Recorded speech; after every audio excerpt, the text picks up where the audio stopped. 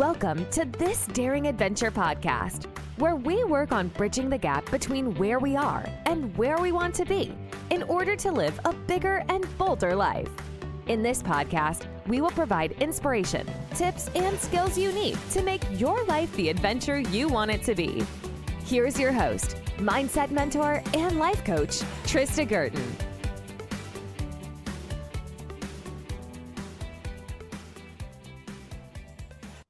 Hey everybody, welcome back to This Daring Adventure. Today I wanted to talk about self-sabotage, but before we do that, I wanted to remind you that you can still sign up for a free mini coaching session with me. It's a one-to-one session. The appointment is 30 minutes. You get 20 minutes of coaching. It's a powerful 20 minutes. I know 20 minutes may not seem like a lot, but trust me, it is. You can have a powerful shift during that time. You can bring any issue, any problem, anything you want to work on and get coached. So the link will be in the show notes. Get on my calendar. And I have done several of these over the past few weeks. I'm really enjoying them. I've met some amazing women. And it's been great to meet them and hear their stories and give them a little bit of support and a little bit of help to get them unstuck and moving again. So I highly encourage you, if you're interested, if you're curious about trying coaching, if you have something you're working on, sign up now and I would love to meet you. So today I wanted to talk about something that keeps many of us stuck, and that's self-sabotage. If you've ever felt like you're undermining your own efforts and spinning your wheels,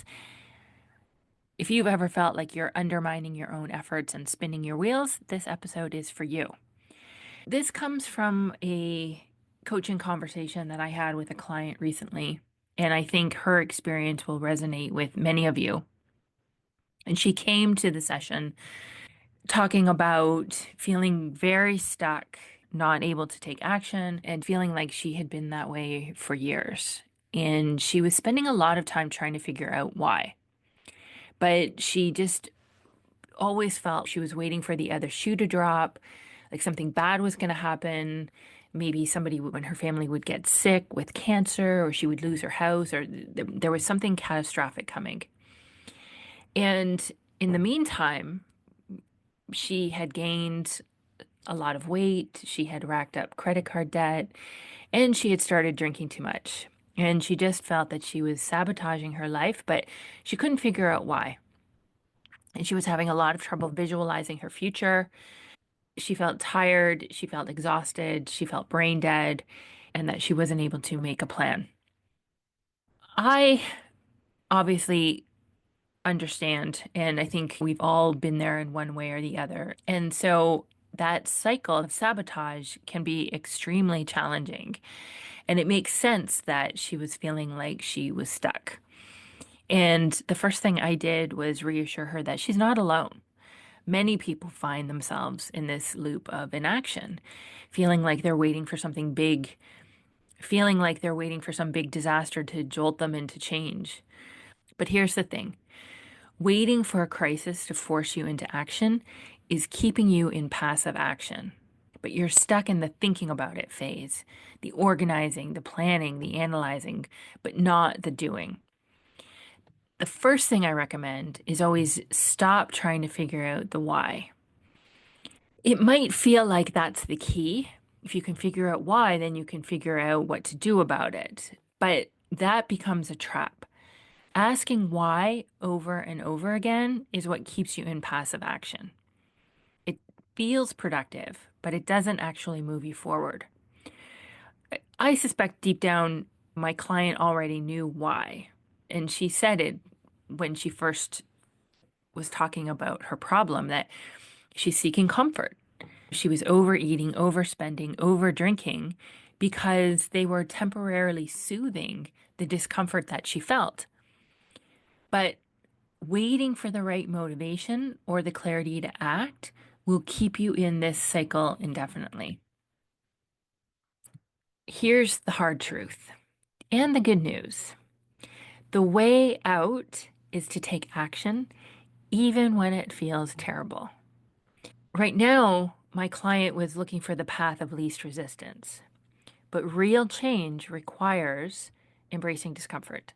It means doing the hard things, meal prepping when you'd rather eat fast food, saying no to another drink, logging into your bank account to tackle debt, even when it feels overwhelming. And it can feel terrible, but it's doing it anyway. All the planning and the analyzing are great, but they won't change your life unless you consistently implement them. Now, this is probably not what she wanted to hear. It can feel overwhelming. It can sound exhausting, and definitely it will feel that way at first. But the truth is that momentum creates energy. So when you start taking small actions consistently, you'll see progress. And that progress will fuel your motivation. Remember, the action, you want to be persistent, you want to keep taking the action, and that's what's called massive action. You keep taking action, you keep going, you keep showing up, but there may be some failure along the way. There may be some setbacks. There may be some disappointments. But failure will be part of the process. It's not the enemy. Consider it feedback. When you fail, it's a chance to learn and adjust. It is not a reason to stop.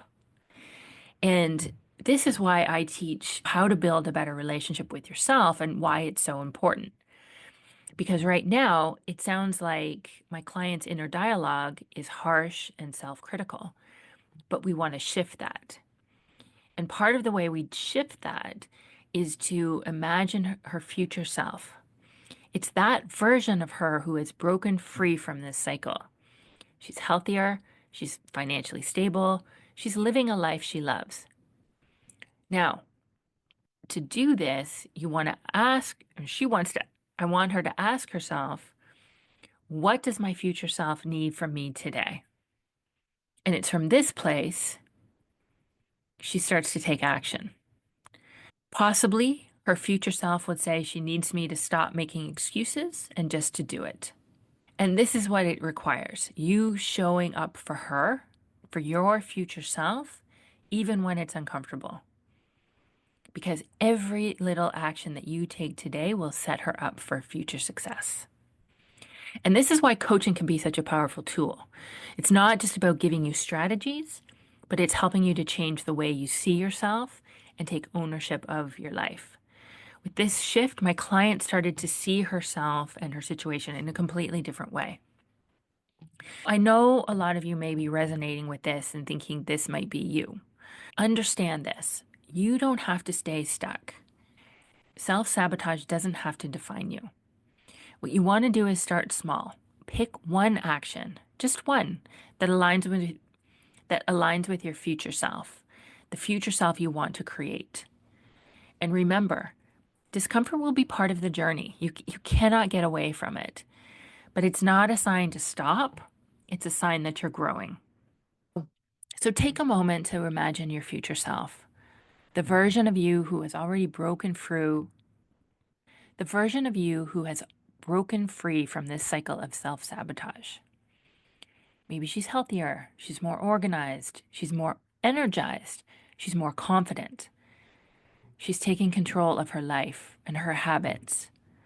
She's living in alignment with her goals and her dreams. Ask her what she needs from you today. She doesn't need you to have it all figured out. She doesn't need you to be perfect. She just needs you to start. Take one small action, no matter how uncomfortable it is, and then keep going. Take failure as feedback, but be persistent, not perfect.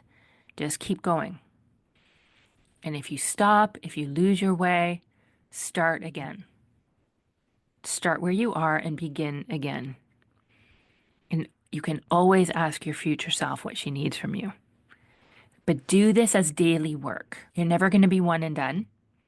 There's never going to be a point where you don't need to be working on your brain, your mindset, your emotions, and taking action towards what you want. This will be a lifelong process.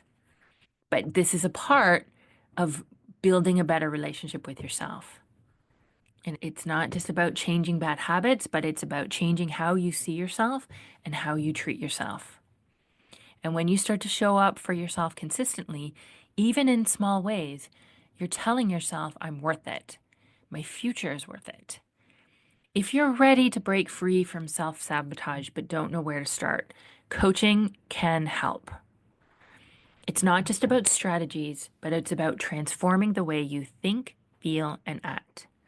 You start to think better, you start to feel better, and you start to do better. It's about helping you step into the version of yourself that you want to become. As I mentioned at the beginning of the episode, if you want to try this, if you have some questions, if you have something you're working on, if you're trying to break the cycle of self-sabotage, I invite you to sign up for a free mini coaching session. This is a great way to jumpstart you into the momentum you need to change your life. And I promise there will be a shift. Remember, you don't have to stay stuck. You can make a change with one small, courageous step.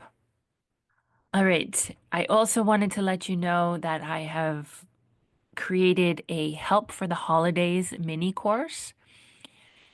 It's a great little course to help you get through the holidays without the stress, without the worry, without the overwhelm, without feeling at the mercy of your mother-in-law or your sister or all of the pressure of presence and making it perfect. It is about making shifts so that you can let go of the stress, let go of the expectations, and focus on the joy and focus on having fun and focus on having peace.